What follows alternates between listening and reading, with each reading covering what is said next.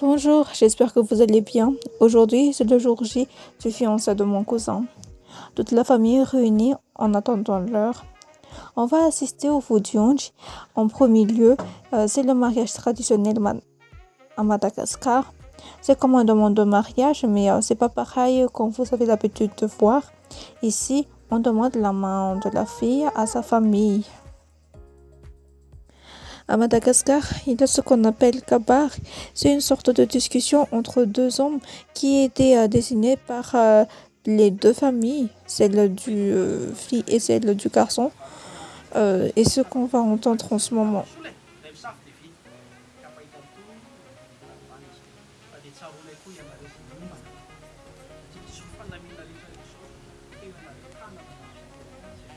Du côté du marié, le pikabar, c'est le nom de l'homme en rouge, présente le garçon aux familles de la fille.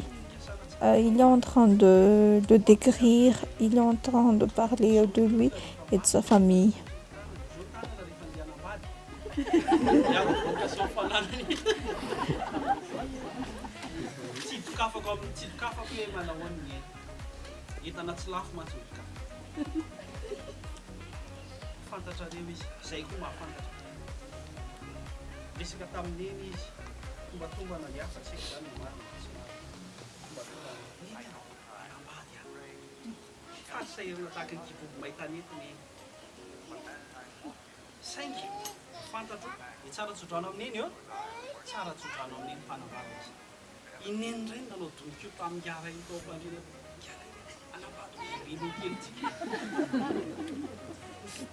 Là, il commence à parler du vif du sujet, le fait que on est là pour demander la main de leur fille, de la fille quoi.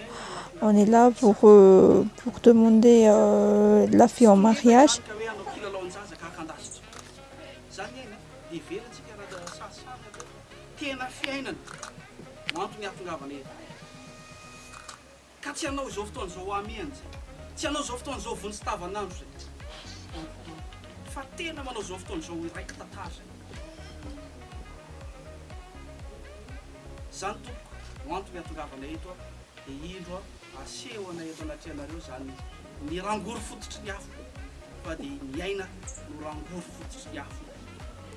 Dans un moment comme celui-ci, il y a des différentes traditions à effectuer. Genre, il y a cette enveloppe que le marié donne à sa belle famille.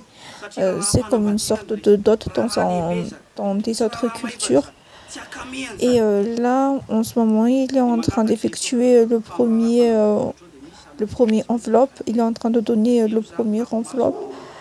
C'est le tapmasonata qui signifie qu'on bande les yeux du frère. Genre, voilà.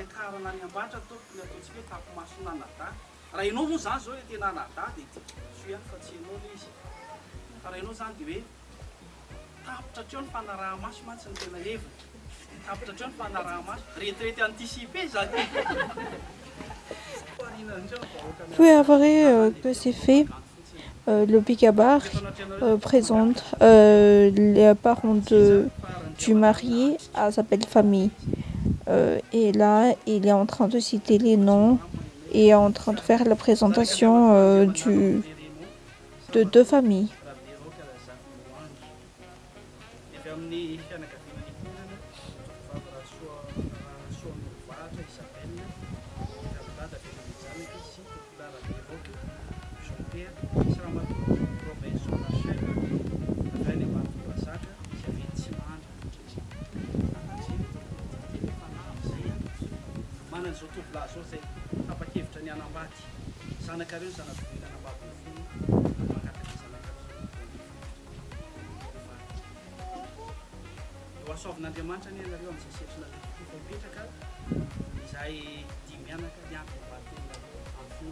Et puis après, le Bigabar donne le deuxième enveloppe.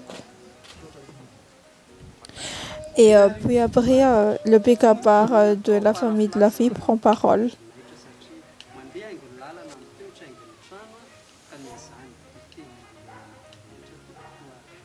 Il fait la salutation de tous les invités, souhaite la bienvenue à la famille du marié.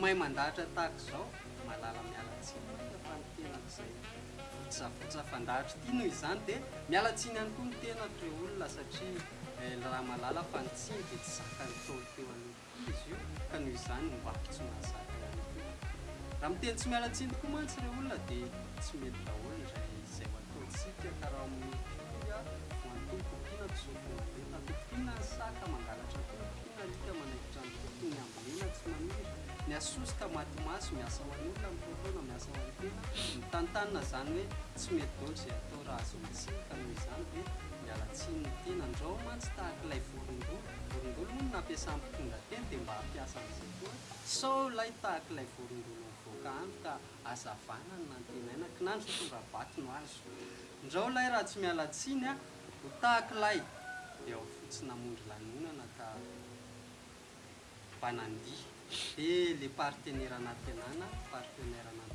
misoka ny tena ka noho izany dia mialatsiny ny tena nefa raha ny amin'ny fialatsiny dia tsy ao lava resaka satria lava fanaritsiny ihany mantsy ny lava fialatsiny ihany mantsy dia tsy mikanapiko izay tenin'ny namafotsiny dia ia manao hoe andao kirarona ny rariny dia isatroana nitsiny amin'izay ny tsy nitsoroko amintsika dia maraina tsy arivo ataony tsy aradarana ary ariva tsy araka amintsika ka dia irina mba tsy ho amintsika zao tsoa ny tsy nikokoa izay raha teo morany amintsiny tsy nitahiry ka tsy manaafandratreva tsy mivimbina ka tsy manakonena moakatra izany va noho izany dia tsara eto amintsika zany tsy satria izay tsy mivimbina. Là, il est en train de s'adresser au marié, il lui est en train de demander en preuve d'amour pour dire qu'il est sincère, qu'il veut vraiment épouser la fille, qu'il veut vraiment être là pour elle. Et voilà.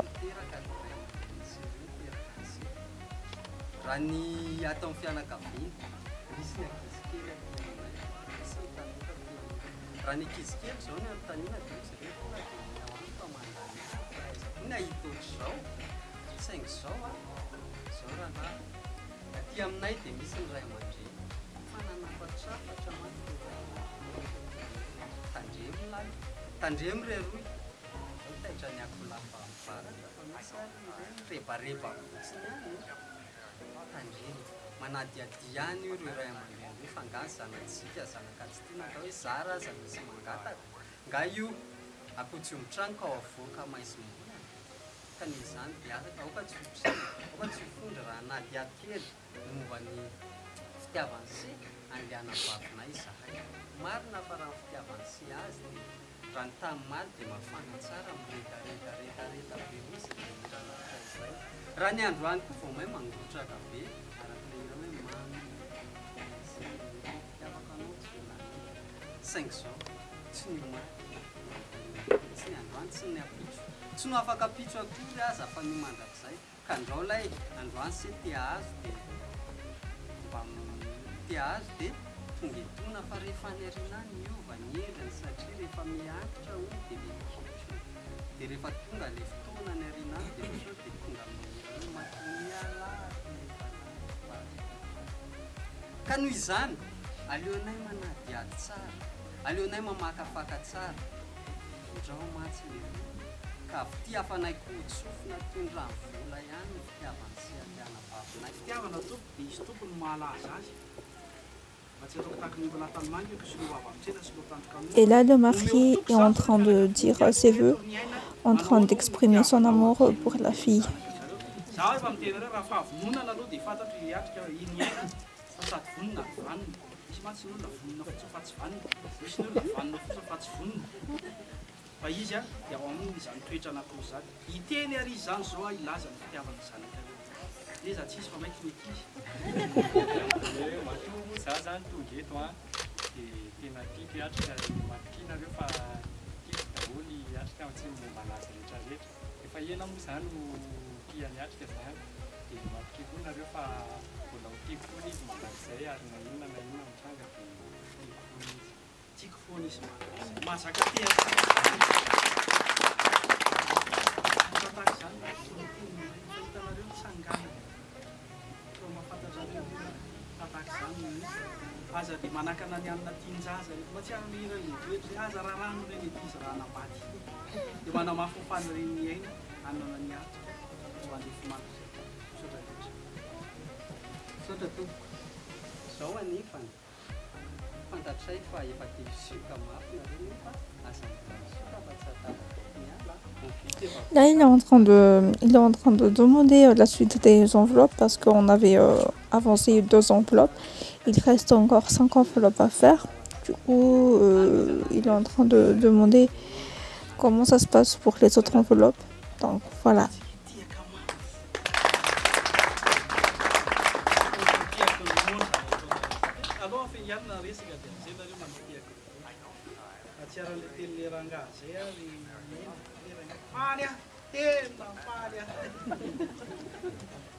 Vitany raha natsakena matsy efa vola ndraisana tsy avidy tsy avidy asaingy voninahitra fanomeza atsy fanolorana no asainay atolotra fafantatra fa ianareo tsy mivarotra any zay tsy hividy olona hoe nitolona misobavitsy tsy santaimbola ny fofonany tofo tsy hividiana raha keo ka dino zay tompo manolotra an'izany any Et là, la famille du mari est en train de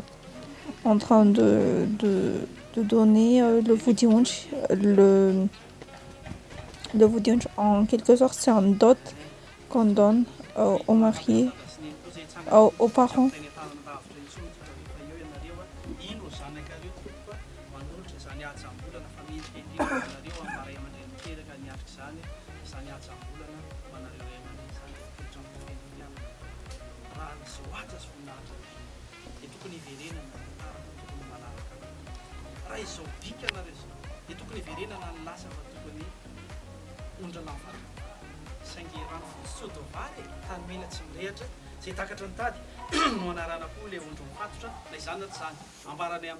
Et on enchaîne avec le 3e enveloppe qu'on donne à la grand-mère de la mariée. Il y a des noms à cette enveloppe, à tous ces enveloppes qu'on donne. Il y a des noms, mais je vais voir si je peux trouver les noms. Je vous mettrai dans la description.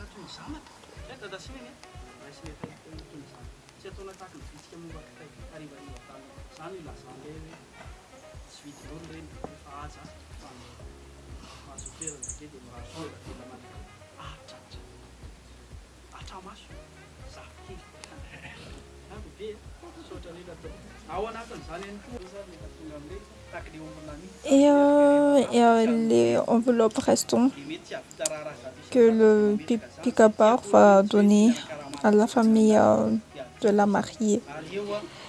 C'est comme ça qu'on fait les traditions qu'on fait le demande de mariage à Madagascar. Et on a beaucoup de sortes de demandes en mariage, mais c'est comme ça à Madagascar. Après toutes les traditions effectuées, il sort la fille. Et la fille en question n'est pas encore arrivée. Il sort 1, 2 filles en avance pour voir si le mec connaît réellement la femme qu'il va épouser ou bien qu'il va épouser juste le premier venu. Et on sort la première fille. Puis après, le père va aller chercher la deuxième fille.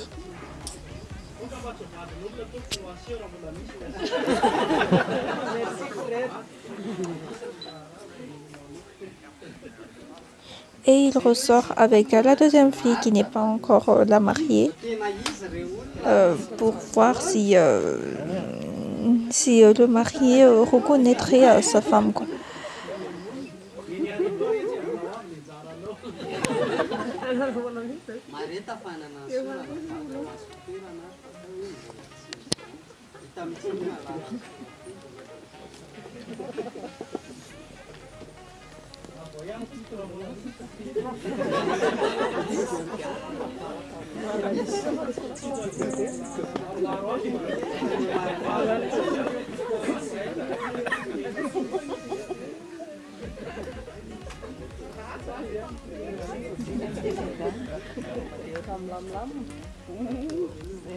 Et enfin, la voilà. C'est elle, notre belle-sœur, qui Lamako, lamako, avereno, averenian, averenian, atambar. Ce que vous avez entendu, c'était l'applaudissement traditionnel de Madagascar. Zorana vavy tonga reto olona reto a mangataka tena maly indray zahay hoe tena maly ho zahay hoe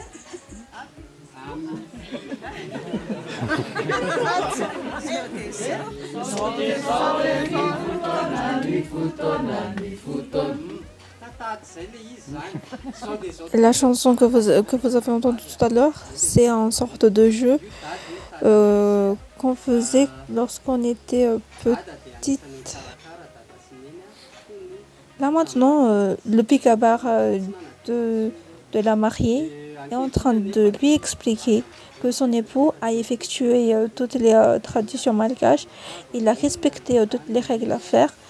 Du coup, ils sont bénis au mariage malgache et voilà, ils sont mariés femmes au nom malgache quoi.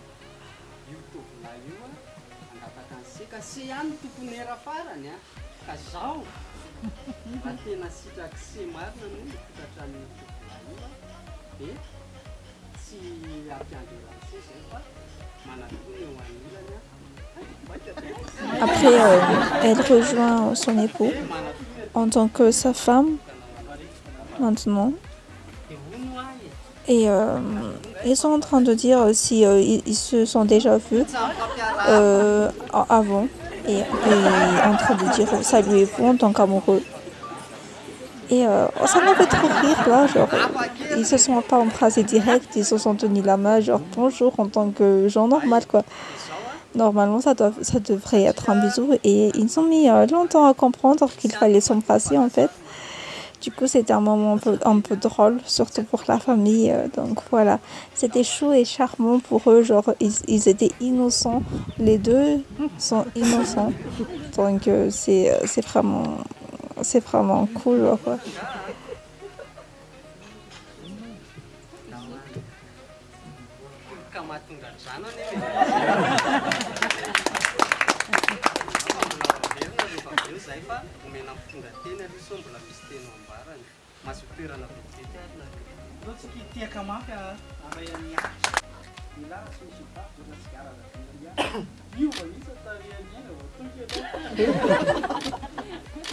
Mandray anao zay dia manolotra ny tiamboara voninkazo ty ho anao fa ianao zany zao ny mpandresy dia mangataka anareo koa zay tsangany Là, on est en train de lui offrir le bouquet de fleurs qu'il va chercher sa bague dedans, sa bague de fiançailles, parce que chez nous, la bague de fiançailles se donne dans le bouquet, mais pas genre que le mec te fait son demande quoi. Du coup, elle est en train de chercher sa bague, elle est en train de regarder dans le bouquet où se trouve sa bague, et voilà.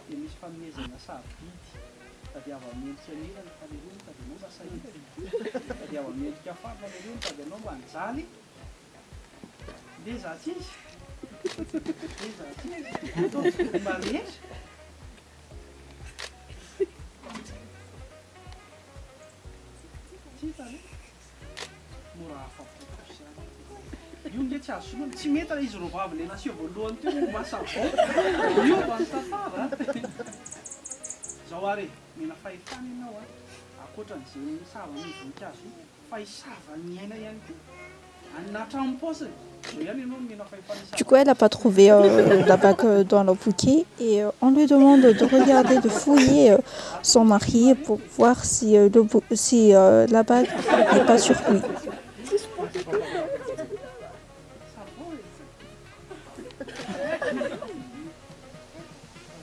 tena anananao fahefana feno izy tsy satroka ihany aza nazonao alana kiraro ihany koa apetrao aloha le voninkazo rehefa tena mahazo antoka ianao any ambalahany any le izy zangy efa na amin'ny fahefananao manome fahefananao mianona koa mena fahefana ianao sava-pôsy hitany atrika rehefa andrifa lambany ampanasana savoako ny pôsy sao dia misy adino any anony koa mahazo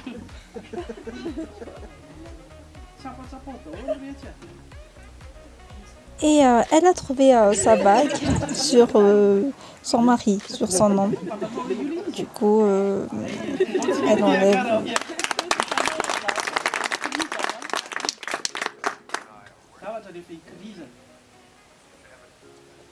hita mihitsy moa zareo zao vao anambady any teny mpitondra teny teo ahoana ny fanao ny olona efa manambady hoe mahay hoe rehefa miona dia manao biso zareo aiza moa ny aizana zonga ireo vao anambady raha nisy sekolony nanambady hoana rehefa tany reo nanao stasy tsy misy any hita le peratra hiatrika natolotsy ny aina ho anao io peratra ny anatolo ny aina fitiavana fa ny fitiavana anao ny sasera tahaka ny volaniny ary mafitaka ao dia atolony anao io peratra miteny aina eo ampanolorana ny peratra dia tsy maintsy ianao no miteny fa tsy mety fa izany no miteny dia za tsy izy pakasary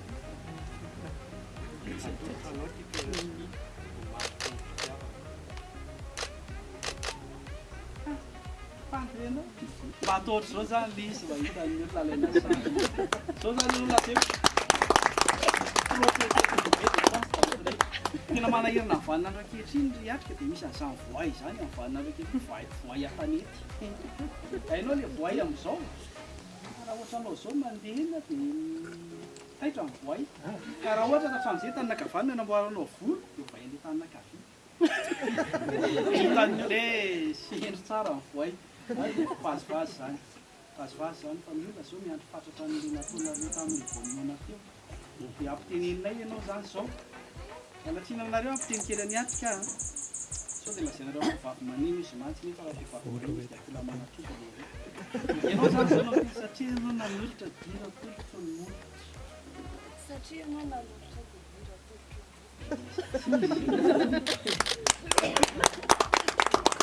anareo zany zany amiko zany ny olona vao manambady mba tarihana ohatr'izay any mbola te hijery tenareo mbola te hijery tsy mitraikefanareo ny anjihana fa ry zareo no manao zay vitany zay ainy mba miara miteny zany nareo tena mahafinaritra ka atao maharitraritra tena mahafinaritra ka atao maharitraritra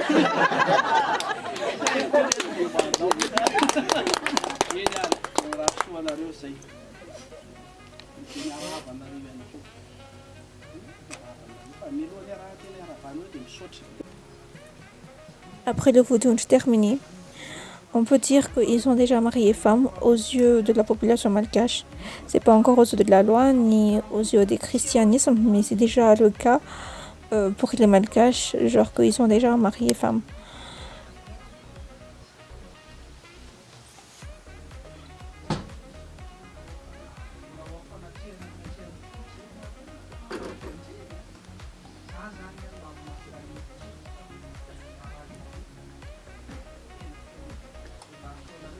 marina aminareo eny teneny malagasy hoe arena tokatrano sy hoe nin'olona zany nin'olona zany izy hoe mba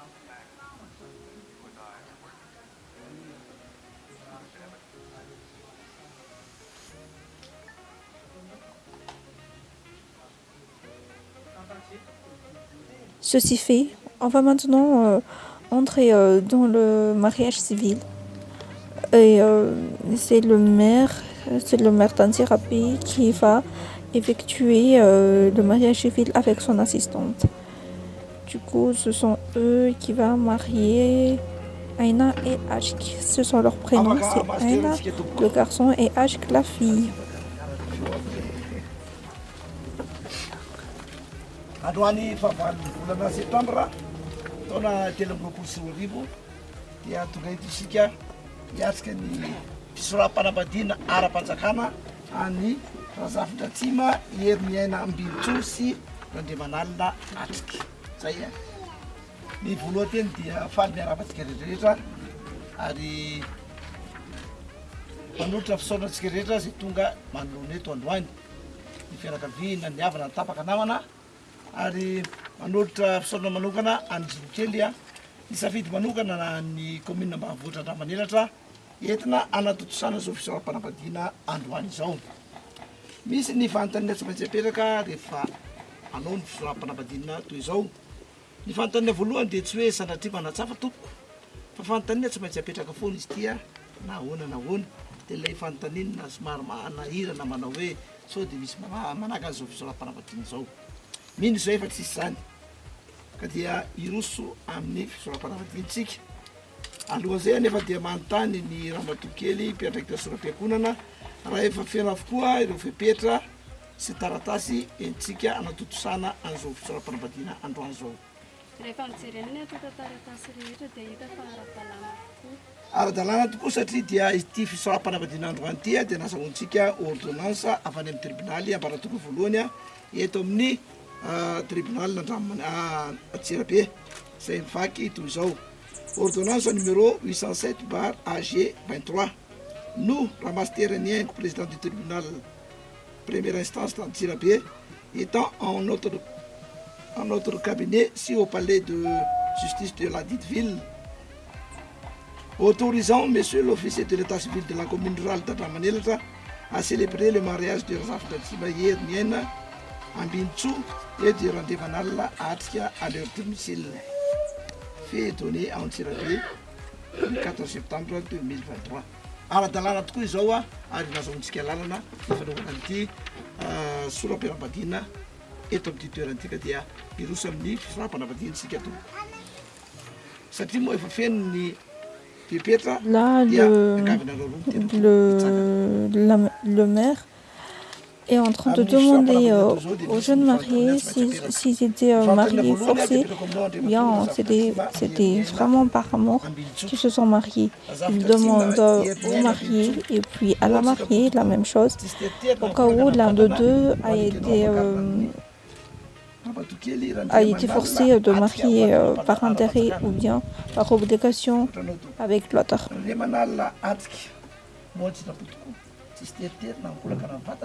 Manikenao ampakarina andrimatoa Razafindratsima Niaina Ambintso vadiny ara-panjakana sotra nareo roa dia mahazo hoteran'olo nareo roa. Izao zany sika dia iroso amin'ny famakiana ny zay voarakitra anatin'ny soram-piankonana. Là, ils lisent les actes de mariage au cas où il y a des fautes ou bien il y a des problèmes dans l'acte de mariage.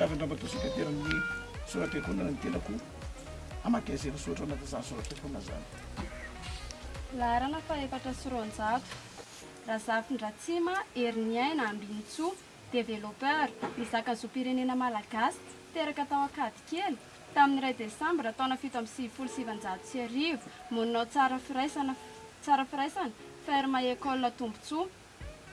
Zanaky Razafindratsima Alain Herlalao Alain Herlando ingénieur teraka tao Mahajanga tamin'ny 3 manalina Atsika nizaka ny zoam-pirenena malagasy teraka tao Antsirabe tamin'ny 13 Oktobra taona 1770 moninao Mahafaly. Zanaky Randria manalina André Raymond mpiasan'ny Tico teraka tao Ambositra tamin'ny 9 Avrily taona 1770 sy Raberoka Razafimboangy mpampianatra teraka tao Mananara Nord tamin'ny 12 Marsa taona 1270 13 sy 770. Samy laza izy ireo fa mifanaiky ny fampiakatra ka ambaranay tamin'ny alalan'ny lalàna fampivady izy ireo hatramin'izao. Ny fanoratana dia natao teo anatrehan'ny Razafindratsima Antsoniaina Amboarasoa mpianatra teraka tao Befelatanana tamin'ny 12 Oktobra taona 1770 moninao Ankadikely sy Andrianjakanivo Safidy Tsilavo mpianatra teraka tao Antsirabe tamin'ny 12 Oktobra taona 1770 monina Mazoarivo Sud. Koa rehefa novakina taminy soratra ity dia miara-manao siny aminay izy mivady sy ny vavolombelona.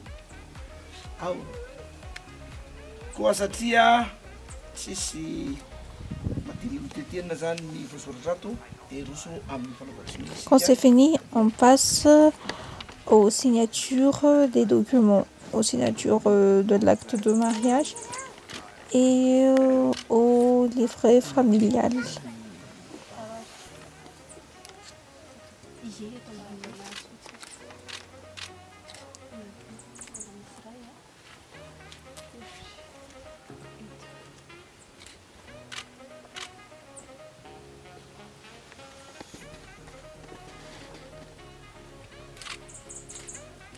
Et après, c'est le tour des témoins qui signent.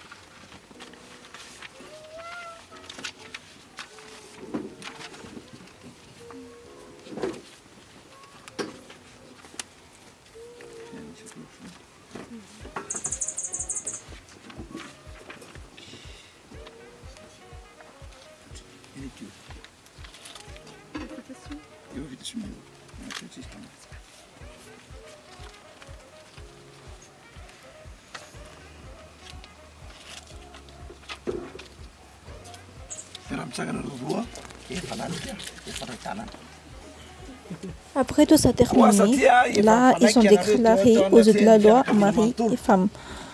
Du coup, c'est à partir de ce moment-là qu'aux yeux de la loi aussi, ils sont mari et femme. dia amin'ny fahefanafeno menanay mpiandraikitra soram-piakonana eto amin'ny commune Ambanivohitra Andramanelatra no anambaranay ampabe maso ka dia ampivady koa Andriamatoa Razafitra Tsima Hery ny Ainambinjo sy Ramatoa Randria Manalina atika manomboka androany valo septambra.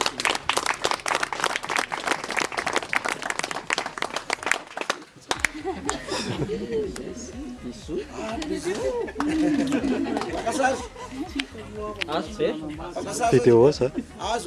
Vidéo ça va, ils ont ça.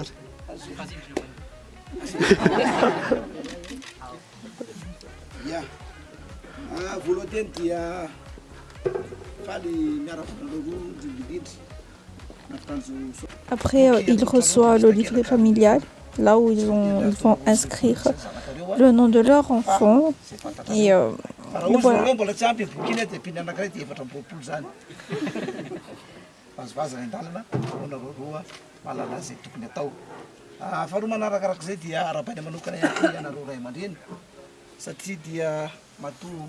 Tonga eto amin'izao toerana zao tonga amin'izao fotoana zao izy kely dia atao ireo ray aman-dreny karakara manorokolo ny azoko vanonkolakana ho ny tanin'andriny tsara dia maritra zany tanin'andriny zany no niatrehan'izy roa ny anay mpiandraikitra soram-piakonana eto anaty teto amin'ny commune Ambanivohitra Andramanelatra. Igany mary ny fanambadiana roa dia na fanambadiana iadana tokantrano tena soa ary tokantrano iriny olona fa tsy any olona tokantrano aram-bola maranja zalahy maranja zavavy satria izay tokoly anam-pasiny ary mino izay fa dia aorina reo mandrakariva eo ambanin'ny fanajana reo didy izay men'Andriamanitra izay voarakitra anatin'ny sotra masina ny fanambadiana reo ary ny zava-lehibe indrindra amin'izany ny fandeferana sy fanajana ary ny lehibe indrindra moa fitiavana dia mino izay fa dia mpanjakanareo mandrakariva izay zavatra telo izay satria dia izay ataontsika fototra eo renany fanambadiana. Manomboka izao ianareo roa dia efa dada sy mama ray mpianakaviana sy ray mpianakaviana ary manana efa miala amin'ny kosikely rehefa dada efa mandray andraikitra ary manana didy eo anatreny reto fianakaviana roa izay akambanareo reto. Mino izay fa totosanareo ara-dalàna zany sahanareo zany ary manana didy ihany koa nareo ao amin'ny fiarahamonina satria ianareo dia tsy afaka misaraka amin'ny fiarahamonina ary mbola manana didy ihany koa nareo amin'ny tany sy ny fanjakana satria dia olopirenena efa vonona sy vanina roa miatika an'izany fiaina zany ka dia fanambadiana ho le tony namana koa aina ny fetra izy roa dia misaotra andao roa nandray izay afitra kely afa-ty amin'izay fa afitra kely azahoantsika manangana zany fototra ny fanambadiana zany fa dia misaotra andao roa mahazo miara-petra amin'izay anareo. Et puis là, on remercie le maire et son assistante qui était venue se déplacer avec un enveloppe. À Madagascar, les enveloppes, ça sert beaucoup. Hein. Avec les enveloppes qui signifient la reconnaissance et aussi le fait qu'il ne pouvait pas rester manger avec nous et fêter ça avec nous. Donc on lui donne quelque chose pour la nourriture. Et voilà, juste pour le remerciement. Quoi.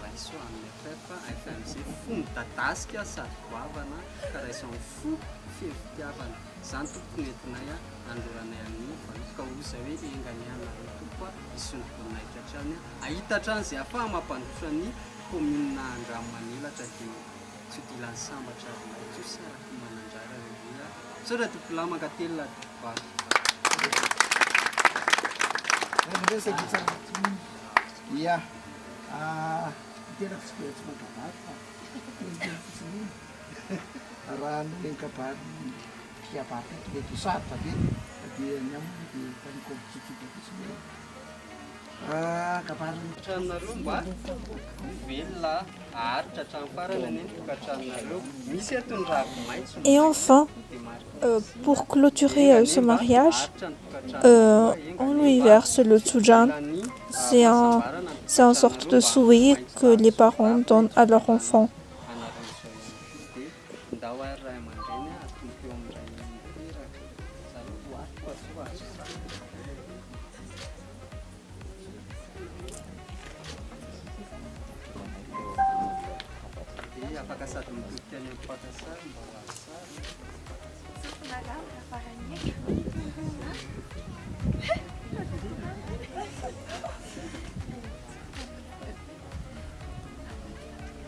C'est un moment émouvant pour la famille, surtout pour la mère de la mariée qui réalise qu'elle va partir, qu'elle va prendre son envol, que sa petite fille va quitter le nid et elle va se marier avec l'homme de sa vie.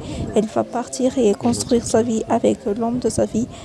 Du coup, c'est un moment un peu émouvant dans l'histoire de mariage. Genre, c'est pas triste, mais c'est émouvant. C'est genre que là, c'est à ce moment-là qu'on réalise qu'on est grand, qu'on va prendre notre vie en main. Surtout les jeunes mariés, ils se rendent compte que c'est à ce moment-là qu'ils vont être seuls à affronter le monde. Il n'y aura plus maman, papa qui va nous soutenir.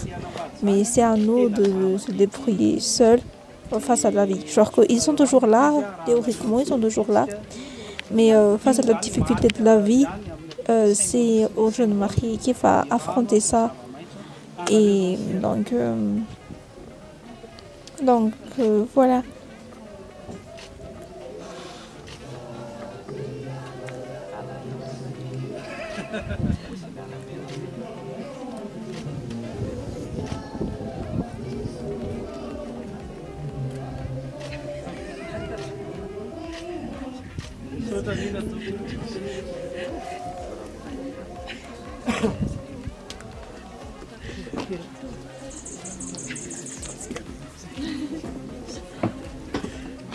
Comme toute chose, car on est des pays christianisme, enfin je sais pas trop, donc on prie toujours avant de commencer et à la fin de quelque chose.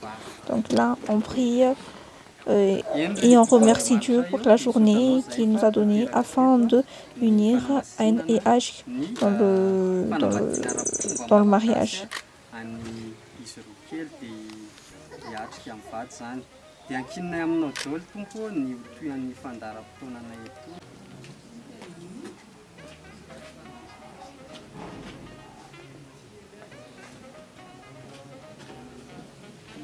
Et c'est terminé pour le jour de fiançailles.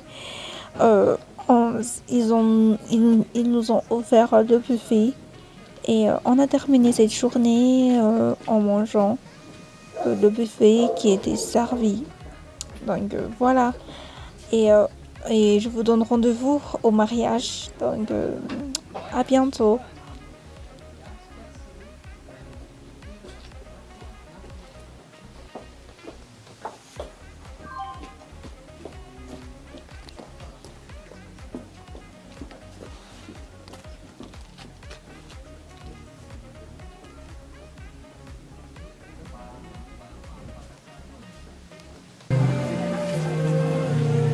How are you?